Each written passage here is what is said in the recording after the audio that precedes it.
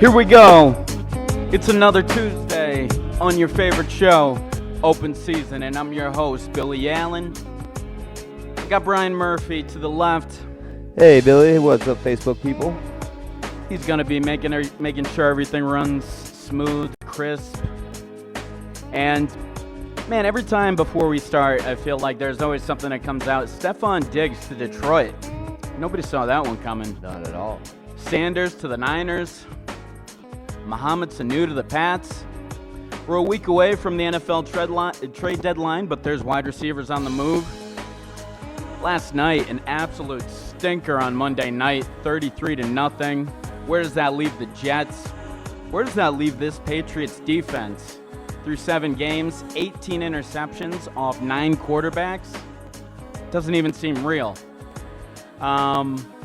You had Lamar Jackson up against the MVP Russell Wilson, and I think we have to start taking Lamar Jackson a little bit more seriously. Baltimore last night, an absolute as they beat the Seahawks pretty convincingly this week. Where does that leave the Jets? We'll talk about 5 up, 5 down, NFL power rankings. Got the MLB tonight. Astros are up 2-0 last I saw. Brian will be giving us updates. Got Garrett Cole versus Max Scherzer in Game 1. In the NBA, we'll talk about some interesting twosomes this year. A lot of interesting pairs. The NBA is wide open. Talk about the latest NBA deals. Jaylen Brown, Buddy Hield, Sabonis. You think there's good value on all these trades? And tonight, it starts out the NBA 2019 season. We have the much-anticipated New Orleans without Zion versus Toronto without Kawhi. I mean, pretty much what everybody was looking for when the NBA set this schedule up, right? Zion now out 6 to 8 weeks. Kawhi no longer around Toronto, so that's not looking like the best game, but we do have a pretty good debut game here. Lakers and the Clippers. They play in the same building, so that one's not too hard to orchestrate. We'll be following that one as, like I said, New Orleans and Toronto lacking the star power a little bit. So, as we get into it, I think we have to start out, especially with the Patriots last night, Monday Night Football, and the New York Jets. I mean, Sam Darnold, after they had shown up big against the Dallas Cowboys, was talking about they felt like they were unstoppable. Everybody was loving Sam Darnold this week on the talk shows. Everybody was talking about he's better than Baker Mayfield and just how good he is and how you can't move on with a quarterback like Dak. And I like Sam Darnold as a prospect. He had a terrible night last night. I kind of think the bigger problem is in Adam Gase, guy that really couldn't hack it with the Dolphins and then just gets sent up to the Jets. It's like, is this guy just doing a tour through the AFC East? You know that he's going to be there for at least another year because he's going to be able to say that he didn't have his quarterback there this year. So tough things there as it's a 33-0 loss. I don't think anybody was necessarily thinking it was going to be that bad. You had guys like Tony Maz locally saying that was going to be something that they'd keep it close. A lot of people like Sam Darnold coming off last week, and if you're a Pats fan, if you follow this a lot, you've seen this so many times where young quarterback, the Pats they do so much pre-snap confusion that even if you're up on it, and this is the thing with Gase. There really wasn't a lot of hot reads for Sam Darnold. Not a lot of underneath movement, not a whole lot of help for him. So things were tough last night as he threw 4 interceptions to the Pats defense. So the Pats defense now with 18 interceptions on 7 games off 9 quarterbacks. Truly some incredible stuff. They're only giving up 6.5 points a game through this season so far. I think it might even be closer to 6 now that they put up that 0 shutout. So it leads a question with the Patriots going against Cleveland, probably one of the tougher teams that they'll play this year, and probably Houston will be one of the tougher teams that they'll play this year. You really kind of wonder, when are we going to be able to say that this defense is legit? And there's so many people saying, yes, this is a world-class defense, but they haven't played anyone. So you've got 5 guys on this secondary that have multiple interceptions. You've got guys like Chase Winovich, who's only playing on third downs, and he's got 4 sacks already. You've got Jamie Collins with 4.5 sacks, guys that are just doing it in all different kinds of ways. And it seems like this Patriots defense is really invincible. You really haven't been able to see. There were so many people that talked about Darnold, his ability to throw the receivers open, not necessarily need the open guy. And we see what happens last night. 4 interceptions, and, Patriots completely bottle up Le'Veon Bell. Just really not a lot of places for Darnold to go. And the Patriots defense, I guess, when are we going to know they're legit? Because you see that they're coming up against the Baker Mayfields and the Browns, and then they play Houston later this year. But aside from that, I mean, are we really going to know that this team is a playoff? I think it's basically going to be, we're not going to know if this defense is legit until they play the Kansas City Chiefs. It's kind of my feeling. Brian, what do you think about that in the Pats defense through 7 games? Oh, of course. I mean, they're basically just rolling through a bakery right now. All the cupcakes on their schedule these days. But I mean, I think that's, and it's looking like Mahomes might be good to go for that game. I think, and that's gonna let you know how for real this defense is. I mean, you don't need much more. For sure. They are. That's kind of what I'm saying. It's like defense. We're playing bad teams, but they are doing it in a way. I think we've looked at this team so many times before, and we said, okay, they do the bend and not break, where they give up 400 yards. This is a team that they're turning the ball over. They're scoring. They're, like I said, Chase Winovich, a guy that's not even playing it in on every snap. Guy's already got 4 sacks. So there's lots of activity, and a lot going on with this defense, and they're showing up in a way that they haven't really in years past. But it's almost like there's so many people waiting to say, well, wait, are you willing to say this is the best defense of all time? And, I don't think people are necessarily saying that, but until they face a team like the Chiefs, I thought Sam Darnold was probably going to give them one of their better tests last night. 2 quarterbacks this year that I thought would give them one of the better tests. Ben Roethlisberger and Sam Darnold, and Ben Roethlisberger put up 3 points, and Darnold put up 0.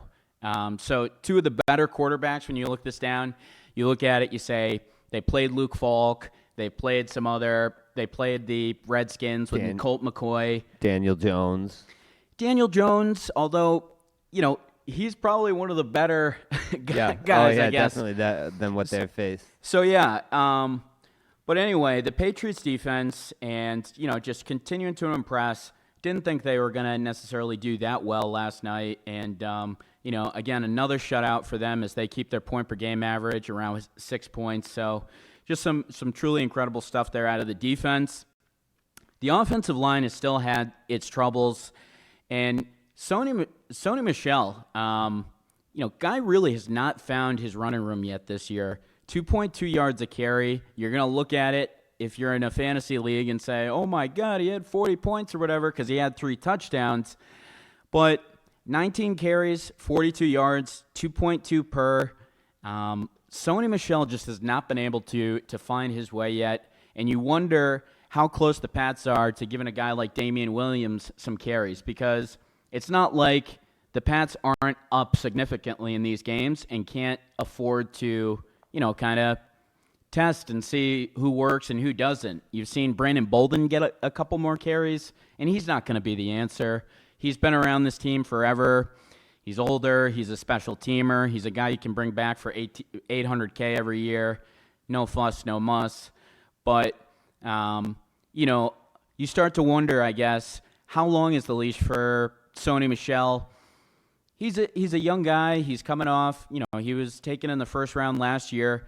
But the Patriots and pretty much every team, you see that the running back position is pretty much a turnstile, and you can fill it in with a number of different ways. And if Sony Michel isn't filling the gaps, you just wonder how long.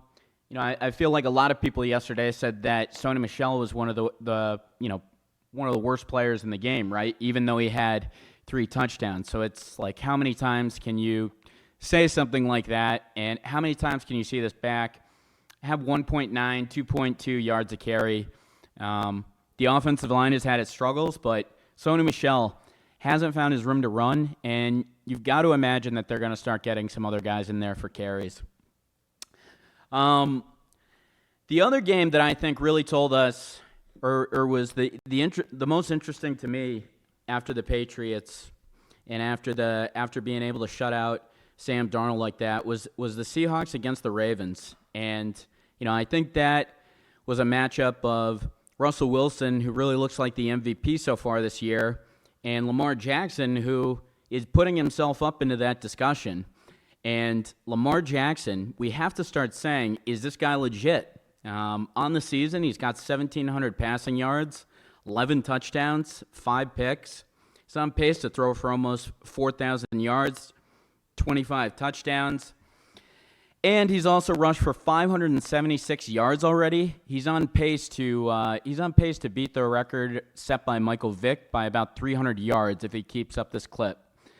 So Lamar Jackson has really been able to show.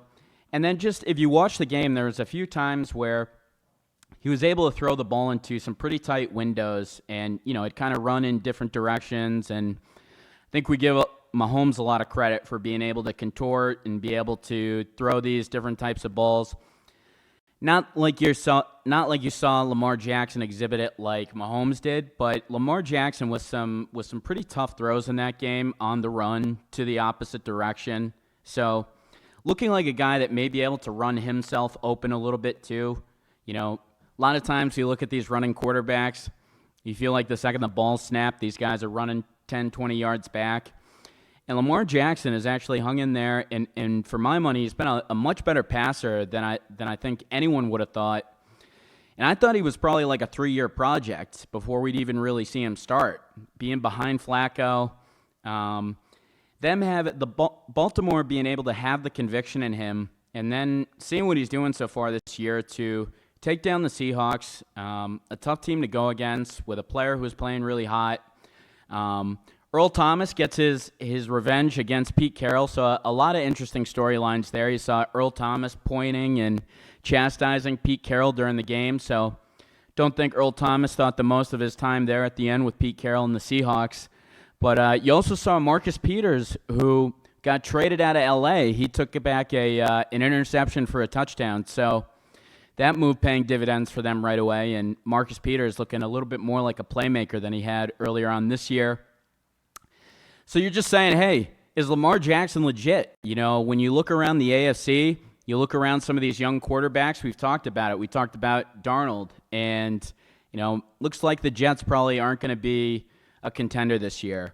You look around and you look at Mahomes and you look at Watson, and, when you're looking at the next young guys, I think you have to start putting Lamar Jackson into that conversation. I wasn't really ready to do it necessarily yet, but I think after a win like that against the Seahawks, I think after 2 seasons where he's been able to show that he can win games in the regular season, obviously we'll have to see what he does in the playoffs, but Lamar Jackson, I'd say you got to give him a stamp of approval. I didn't think he'd still be healthy at this point, and that still remains something to be seen, but it looks like he's put on the muscle, and for my money, I give them a lot of credit in being able to say, hey, we can move away from Joe Flacco and be able to take this kid and be our franchise quarterback. So I think it's Lamar Jackson being able to learn quickly, but they also last year, they slowed things down a little bit, it feels like. And this year you see Lamar Jackson kind of playing like at the level that he was in college almost, just making plays with his feet, making plays with his arm, and the Ravens just looking like one of the top teams kind of after a year where we didn't really know if they would. That AFC North division, a lot of people like the Browns, and a lot of people were thinking that the Pittsburgh Steelers weren't going to look so good. So you really didn't know what was going to go on in that division, and you've got Baltimore pushing out to a hot start, and it's really all been behind Lamar Jackson. Now, as we get into our 5 up, 5 down, we talk about 5 players that we're hot on, 5 players that we're not on each week. Chase Edmonds, the running back for the Cardinals, he's got to be a guy that you're looking at. If you have not, this guy has been open in a lot of leagues. So with the injury to David Johnson, Chase Edmonds definitely going to be the workhorse back there for the Cardinals. So if you have any chance to grab him, I would do that. Zach Pascal, the wide receiver for the Colts, kind of been a boomer bust guy, but goes out with 120 yards, touchdown this weekend. Looks like a guy that Jacoby Brissett could be building some chemistry with. And, I think there's some upside potential for him, as well as Alex Erickson, the wide receiver for the Bengals. You're seeing him start to get a consistent 7 to 8 targets. Had a game where he had 11 catches, I believe. So, Alex Erickson kind of showing that he is a young guy that, again, I think there's pretty good potential for. And my God, look at the milk cartons. Devontae Parker, there he is. I can remember wanting Devontae Parker on my fantasy team like 2, 3, maybe 4 years ago. Devontae Parker looking like he's going to be a decent weapon there for the lowly Dolphins offense. So I'm on him, as well as Gerald Everett, the tight end who's emerging out of Oakland. Those are my 5 up. If you can find those guys in your fantasy leagues, definitely grab them. 5 down. It's a little bit of a Charger theme here, but Phillip Rivers and Melvin Gordon, these guys have been absolutely awful this year. I've been waiting for Phillip Rivers to turn it around a little bit, and he simply hasn't. And Melvin Gordon has been out. He's gotten 20 carries, I believe, for 40 yards so far, something like that. So it's been a tough start for him, as well as Odell Beckham, Sony Michel, and I'm also Sammy Watkins, a guy who had 3 catches opening day, over 100 yards. He's had the nagging hamstring injury all year. I'm ready to kind of, get off the Sammy Watkins bandwagon. Without Tyreek Hill, thought he was a big threat, and he simply hasn't. They've really been able to get all kinds of different receivers in there, and they've been producing better than him. And with his hamstring injury, he just hasn't been healthy enough to make an impact. So I'm down on Sammy Watkins as well. Now, just a quick NFL, and we've got one ringing through here. Hi, you're on with Open Season. Hi, this is Ryan calling in from Quincy. Big fan of the show. Hey, Ryan. Big fan of the show. Always glad to have you, my man. What's going on tonight? Yeah, it's a great program you got. I was just calling in to talk about one of the newest acquisitions of the Patriots. You look at the roster now, and you see 4 Rutgers alumni with Mohamed Sanu going around for a second-round pick by the Pats, and just wanted to hear about your take. How do you think he's going to fit in with the offense, and how Brady's going to gel with him? I saw Brady's Twitter that said, "See you soon," and then I saw Mohamed Sanu right back, LFG exclamation point. So a lot of excitement. Pretty excited to see what they could do. Yeah, well, hey, we're always excited when you can call into the program, Ryan, and always bringing good stuff here. I think the Pats are excited there as well, because it seems like Tom Brady, in his old age here, it seems like he's been a little bit more of a diva, if you will, this year. He's kind of been like saying that he doesn't, his favorite teammates are the guys that he doesn't have to rely on. He really hasn't thrown a lot to Jacoby Myers, and when he was in training camp with Demaryius Thomas, they were saying that they were together like nonstop. So it seems like Tom Brady is really looking for kind of some veteran presence to throw to. Now, Mohamed Sanu, he's never been that exciting of a receiver. He's tall, but he's never been a guy that's got over the 1,000-yard threshold. He's never a guy that really even gets over the 60-catch mark, and he really doesn't get over the 5-touchdown mark. So I think he is going to be a pretty good possession receiver for the Pats. I think he could, be that kind of guy on third downs who's a bigger guy. Because it seems like what they're losing right now is, with Harry being hurt and with Gordon being hurt, they really don't have that kind of bigger option on third down.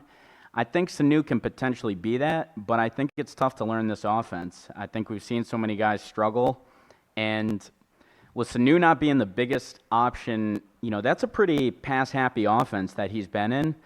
And for him to not really put up huge stats, I guess I'm not so sure how productive he'll be here. I think he can be a third down option, though, for Brady that he could probably trust on a little bit more. It just seems like, I don't know for you, Ryan, but it seems like he's completely unwilling to throw to Jacoby Myers. So it seems like bringing in these vets, I think it is going to help Brady because it seems like he wants somebody who's a little bit older, who's on the same page as him, and doesn't want to have to deal with kind of some of these growing pains.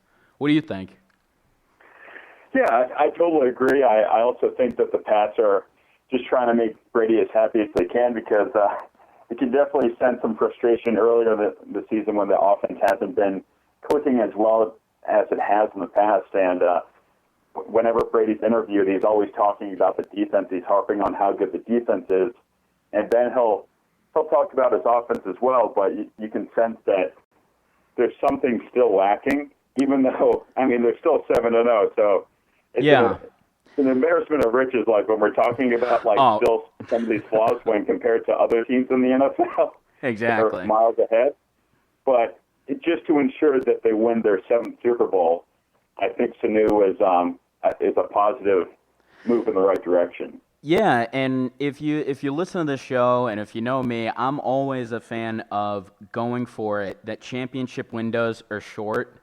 And, especially with Tom Brady here, I like the fact that the Pats are all in. They've shown us a couple times with swinging on guys like Antonio Brown, as well as making this move before the trade deadline. I feel like it's something that the Pats typically don't do, especially for a wide receiver. So it makes me excited to see that, it's kind of like they're just not complacent, and they're not going to neglect the fact that they think that they're still a little bit thin at the wide receiving corps. I was a little bit bummed, though, to see that Sanders went to the 49ers. Did you see anything on that? Did you think? I feel like he was the guy that Brady really wanted. So I wonder kind of why the Pats didn't pony up for him.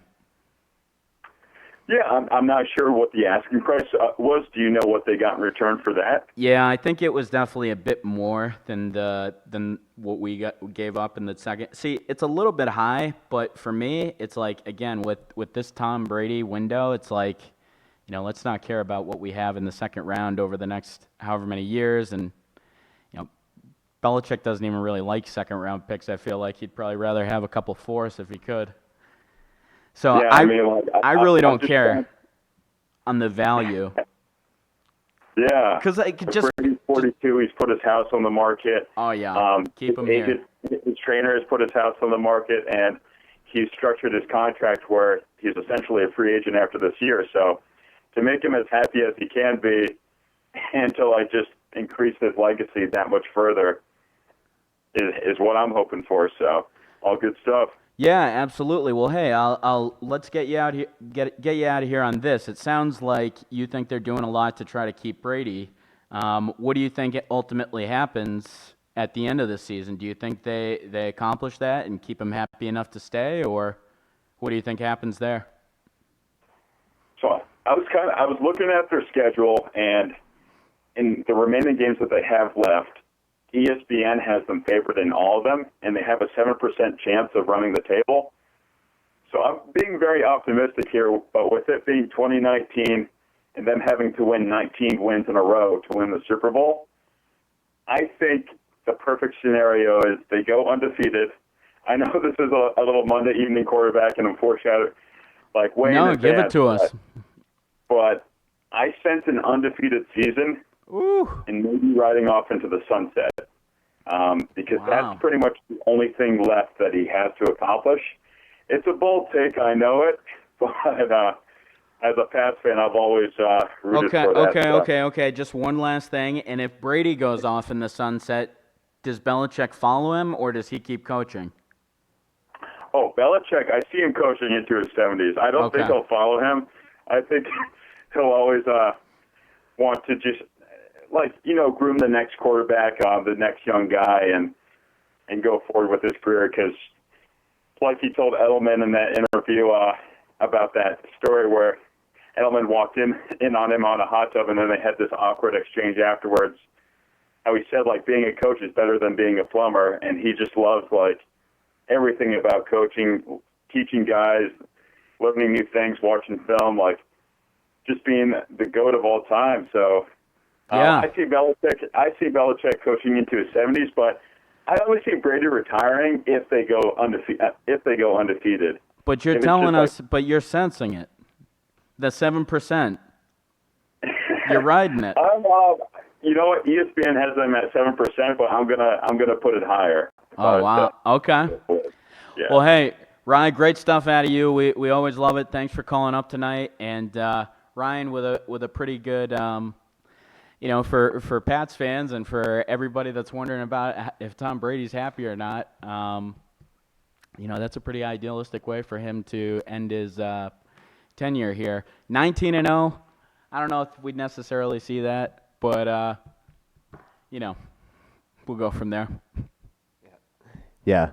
I do. I can see Belichick being motivated to stay around to win one without Brady, right? To show that.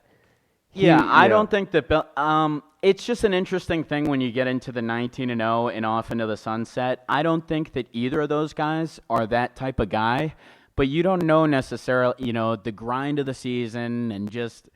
If that is the last that, do they say, do I come back for one more year you never know, I guess. I felt like we didn't know that John Elway was going to go out or, and then come back and win that last. You just never know how these things, if they go 19-0, I'd say all bets are off. It's you really don't know what the heck's going to happen at that point. It's kind of none of us can even process that thought. We got there so close with the 18-1. It's to even get close to the. We appreciate the perspective from Ryan, and it sounds nice. It's almost like you want them to take that. Being there before, you almost want them to just take that loss because the pressure and everybody talking about how it's going to be 18-1 and you lost. I want blah blah blah blah blah. So. Well, there you have it. That's so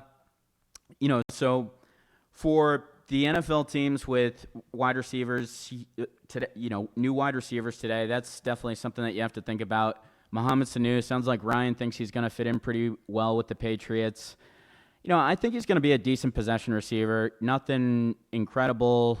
I see him probably getting 3 catches a game, 4 catches a game, if that. I don't think he's going to be anything where we're looking to him for 100 yards a game, but it could be a Chris Hogan situation where being on this offense sometimes you just find yourself incredibly open, and that's just the thing I talk about when you look at the pass-happy offense that he's been in. He's never really put up those gaudy numbers, and Matt Ryan's a guy that throws close to 5,000 yards every year, so guess we'll have to see how opportunistic he is. I mean, I wanted Sanu the last time before Atlanta was able to get him. I think he's a big guy, big frame. I think he's a good guy to have on third downs. Like I said, it seems like they're trying to have a guy in there for that Harry, that Gordon, that, kind of 6'3" guy that's physical that they haven't been able to have healthy. Again, we've got one ringing up here.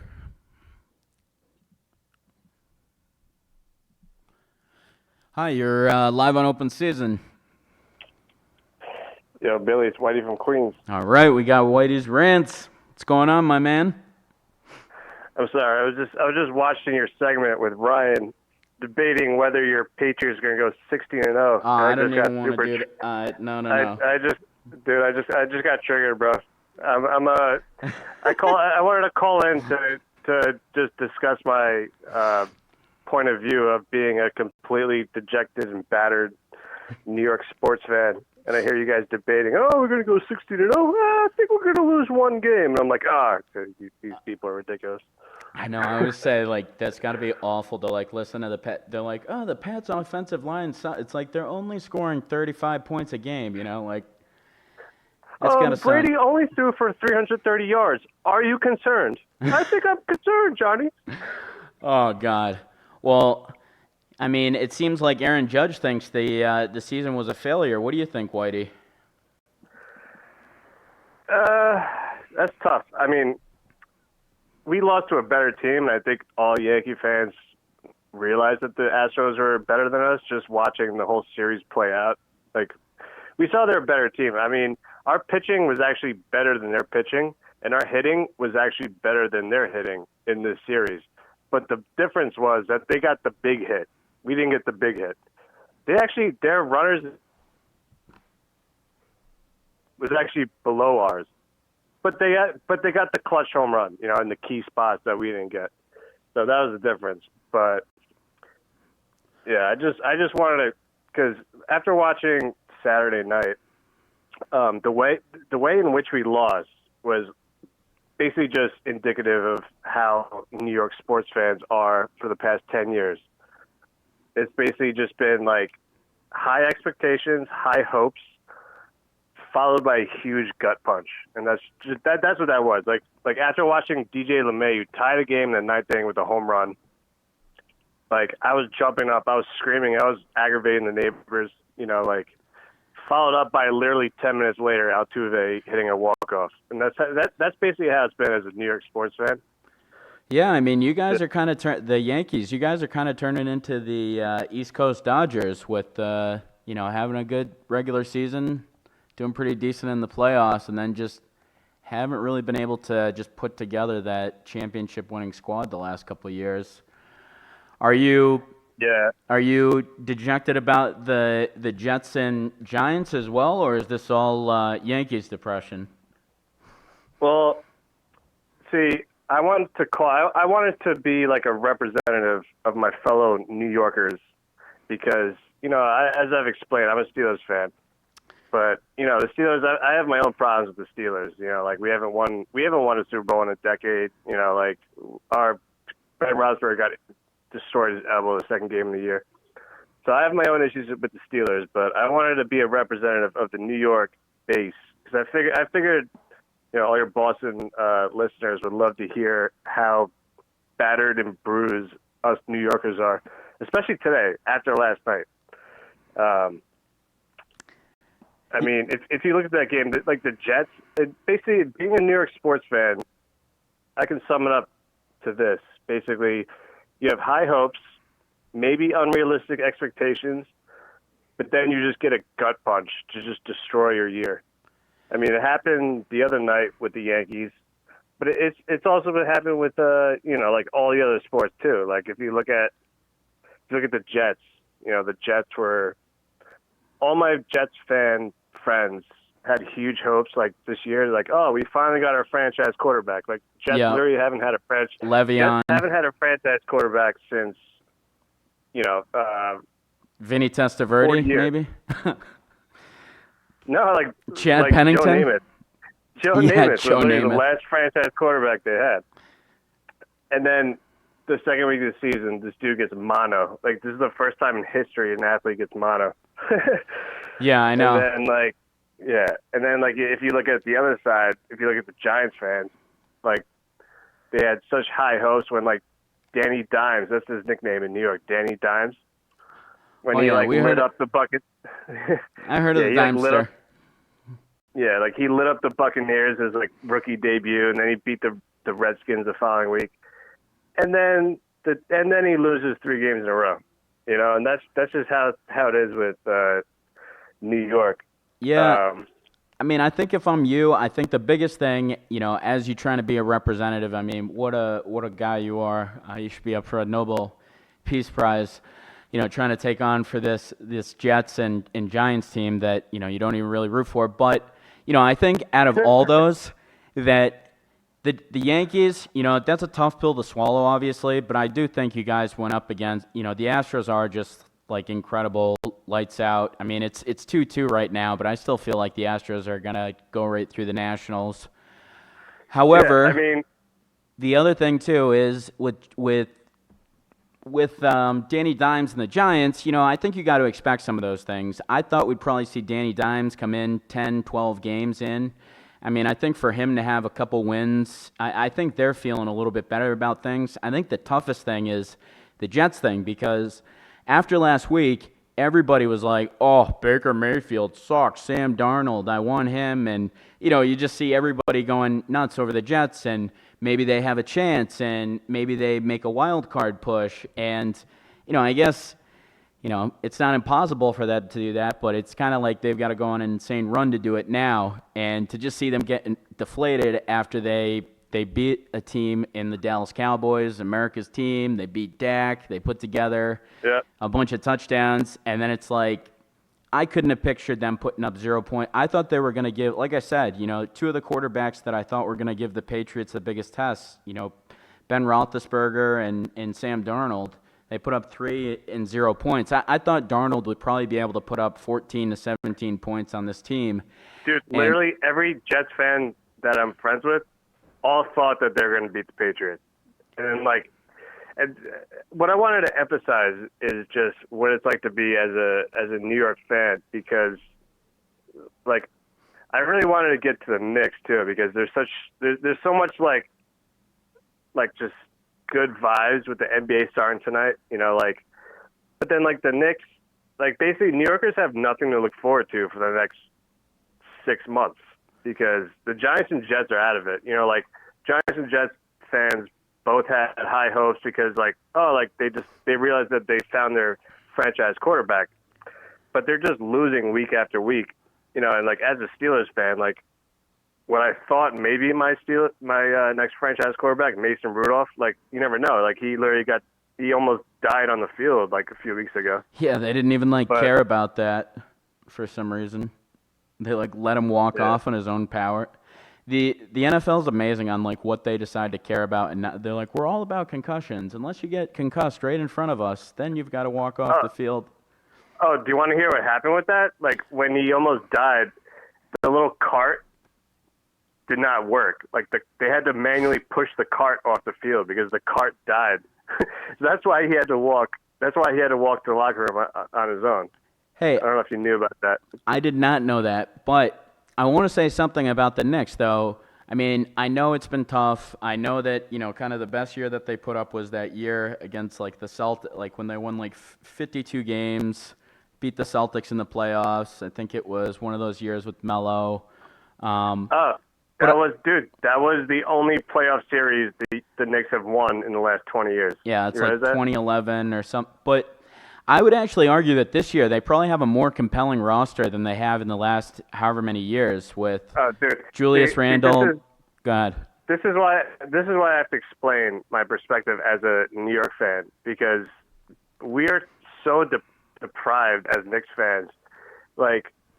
We literally, last year, okay, we didn't have Kristaps Porzingis. He tore his ACL the year before. So we're like, okay, this year is just going to be about, tanking, getting a high draft pick. Maybe we'll get Zion. And we can build our team around Zion and Porzingis, or, another top pick. And then, a few weeks into the season, we hear that KP demanded a trade. And this is a matter of, literally, 20 minutes. On my phone, I got the alert. KP meets with management, expresses his unhappiness with the organization, and then 20 minutes later, KP traded. What? Our cornerstone franchise player, the best player the Knicks have ever had since Patrick Ewing, gets traded within 20 minutes of me even hearing about how he's disappointed. Oh, nice. Well, I'm glad that puts to rest any Carmelo debates.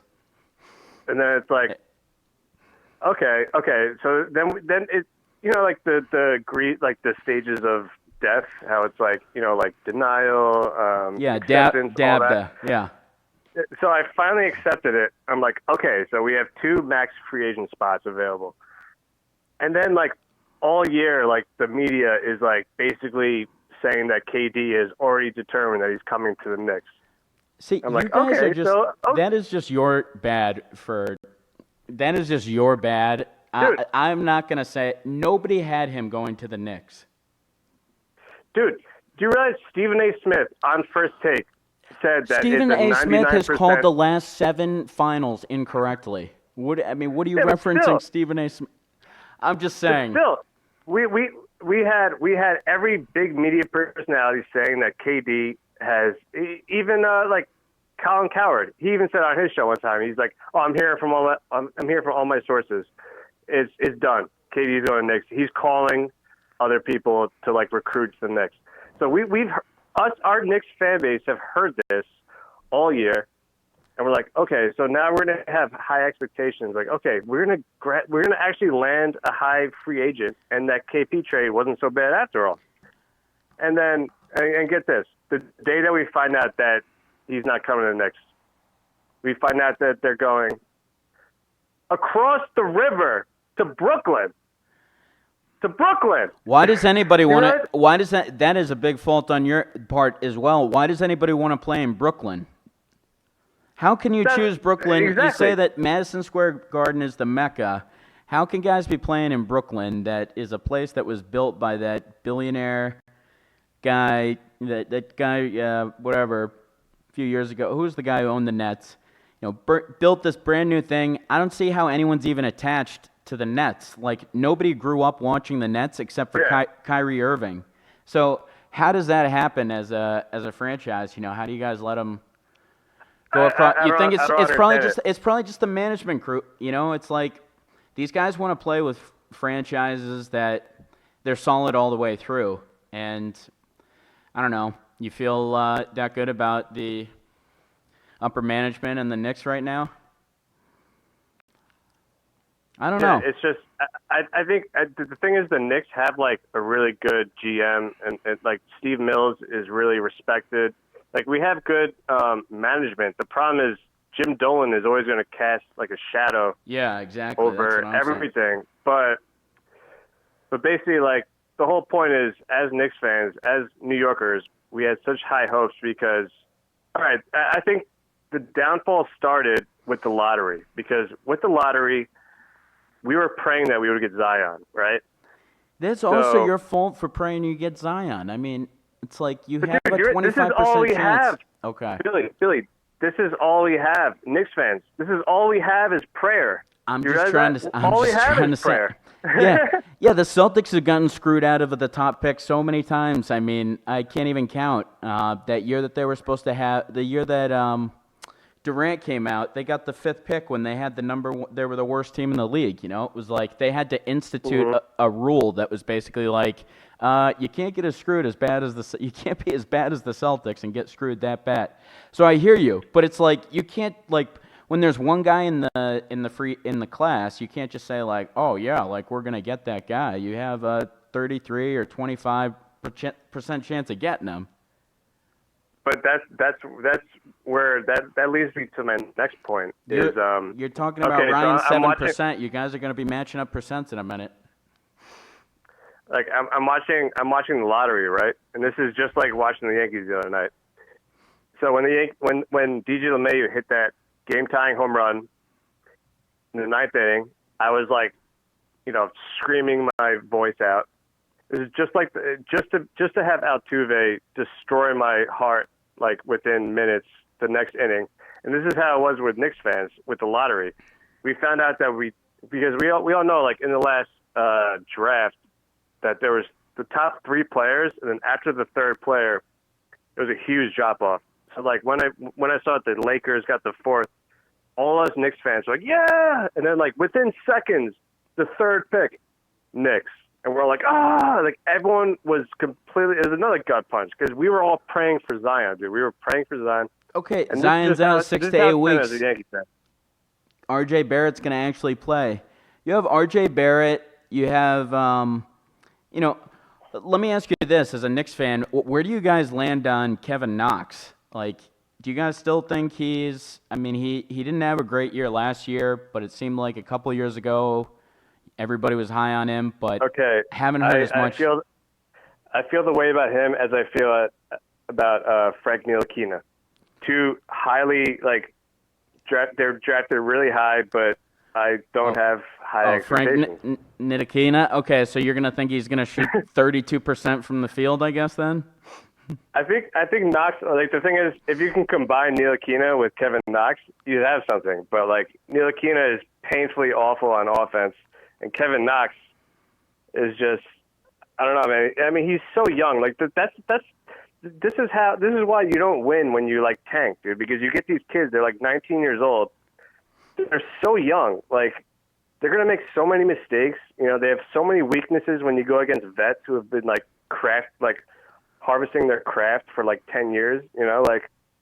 Yeah. And that's why the NBA season started tonight. And as a Knicks fan, I have just absolutely no hope because we didn't get Katie, we didn't get Kyrie, we didn't even Zion. As a 19-year-old, I think Zion is, once he recovers from his injury, he's still gonna crush it because he's such a freak. He's not gonna encounter these huge rookie roadblocks that other rookies have, because his freakish athleticism just overcomes everything. You know what I mean? Yeah.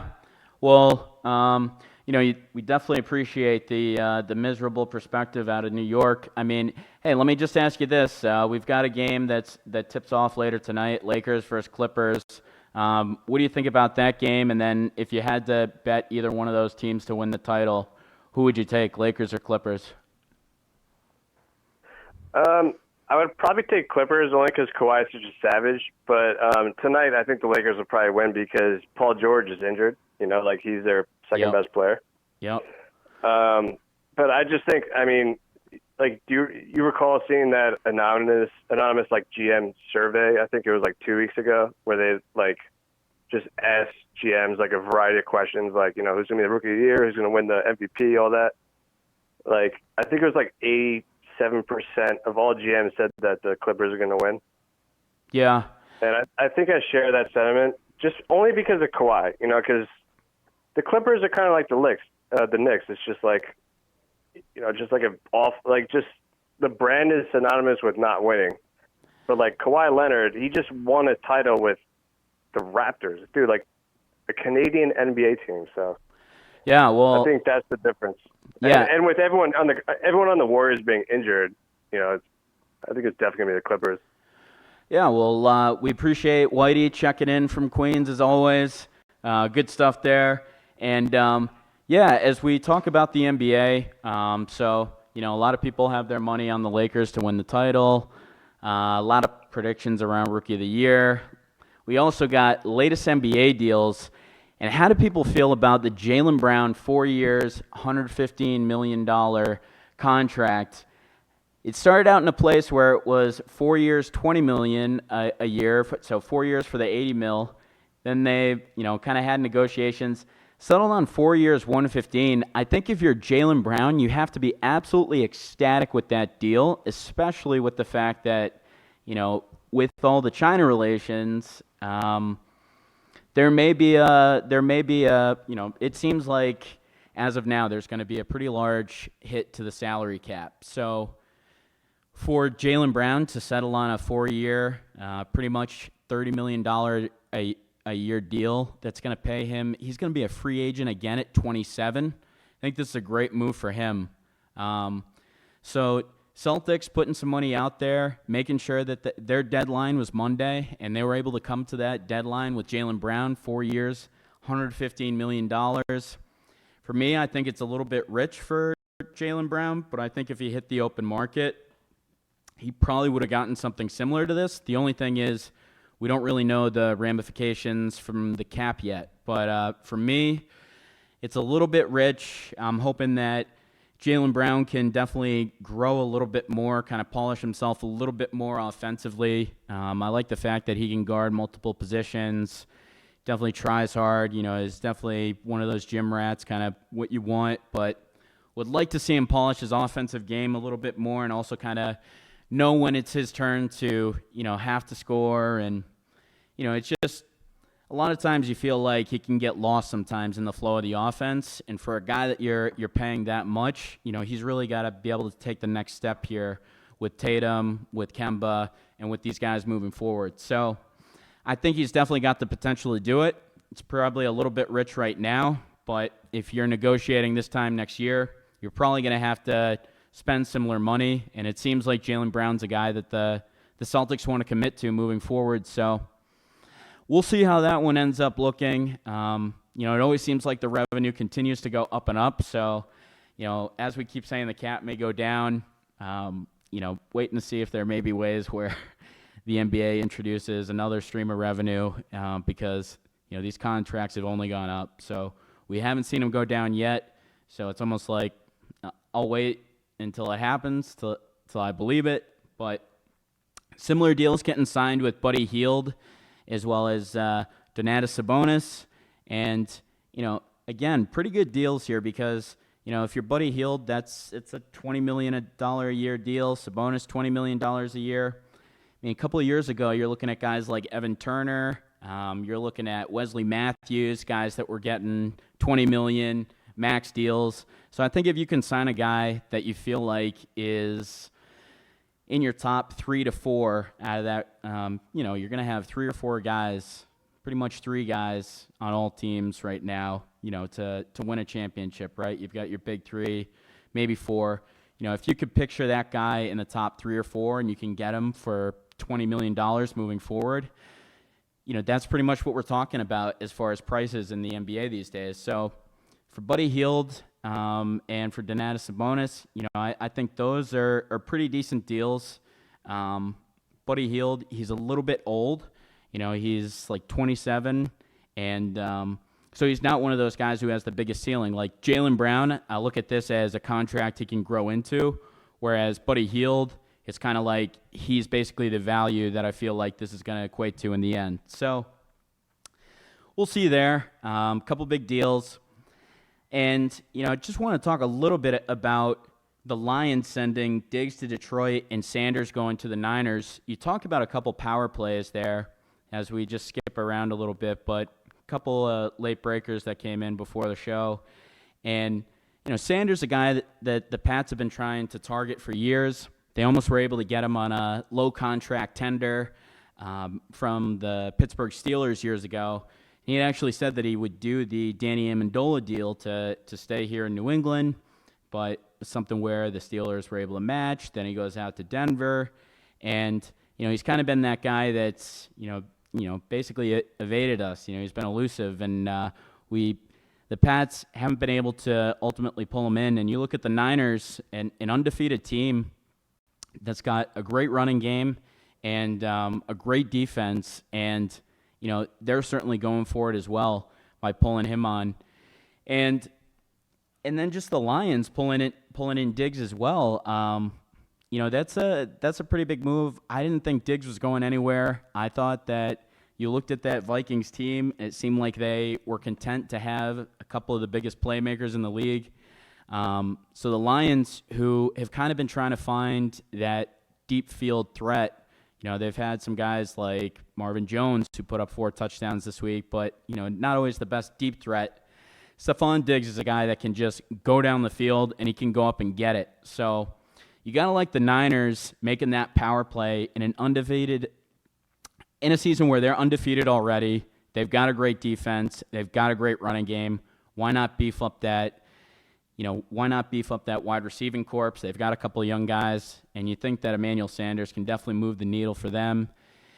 Detroit, I don't really necessarily love them, but their offense has been getting better. It'll be interesting to see how well they do with Diggs. They threw, like I said, you saw Marvin Jones catch 4 touchdowns last week, so maybe a guy like Diggs, and I think Kerryon Johnson's going to be hurt, but you look at a couple decent options that they could have moving the football around there in Detroit, and things could be interesting.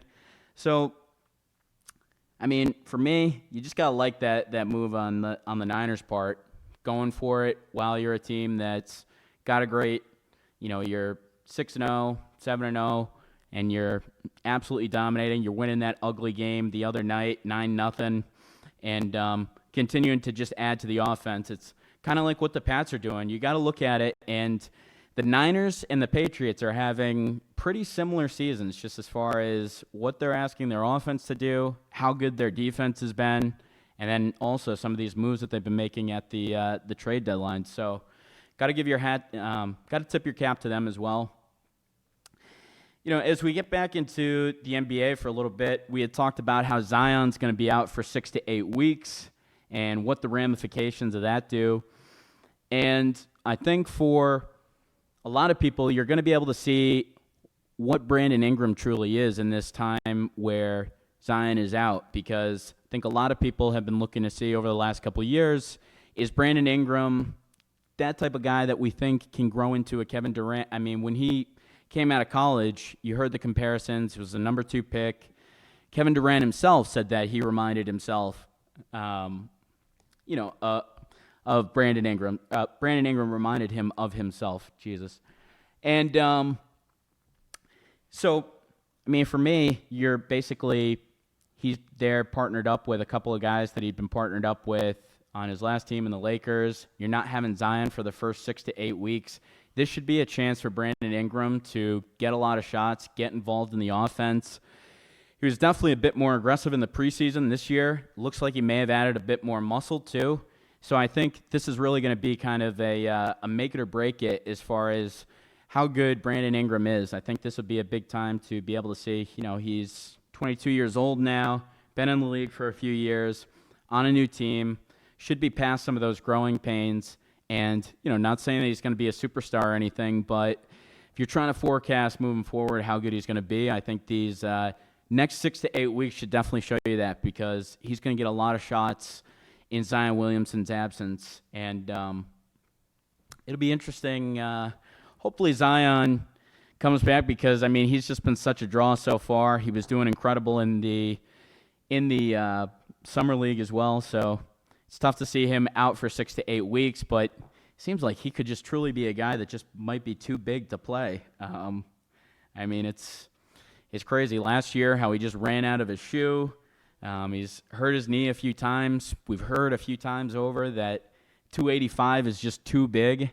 And, we'll see what happens with Zion and if he has to take on a smaller frame, but he's been absolutely unstoppable at the size that he's been at, and it's interesting to see right before the season kicks off, out 6 to 8 weeks. So one of the big things that everybody had to him as their Rookie of the Year candidate, and everybody's got the money on the Lakers, Clippers to win the title. So changes things up a little bit, and maybe Lonzo Ball has a chance to shine through here in these 6 to 8 weeks as well, because couple of these young Laker guys who got dealt over look like their usage is definitely going to go up without Zion there. So should be able to find out some things about them. Now, we talked about the Astros and the Nationals for just a moment with Garrett Cole against Max Scherzer here in Game 1. It was 2-2 last I checked. Brian, do we have an update on the score there? It remains 2-2 in the top of the 5th. Okay. Both starters still on the hill? Yes, indeed. Both pitching decently. Cole gave up a home run to Soto, which was the tying run so far. So I'd expect them to really pitch for a few more innings.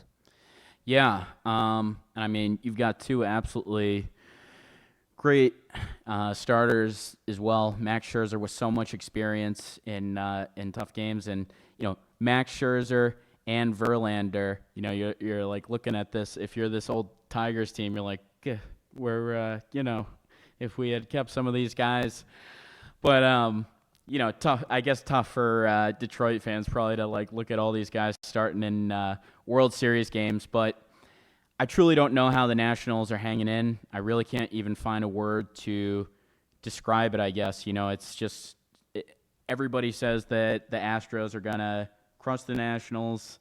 And, you've got Max Scherzer and you've got Steven Strasburg. But after that, you assume that the pitching for the Astros should take over. Yeah. So we'll see what happens there, but it would definitely be interesting and would definitely help the Nationals to get off to a game one lead. So if they can break up this tie here, that would be pretty good because I feel like nobody really people are tired of the Astros just having their way. I feel like be a little bit more interesting if the Nationals could do something. They're the feel good story, and let's root for them. They're the Destiny team. We got to root for them. Well, hey, that's going to do it for us here at Open Season this week. For Brian, I'm Billy, and we'll catch you next week. Take care.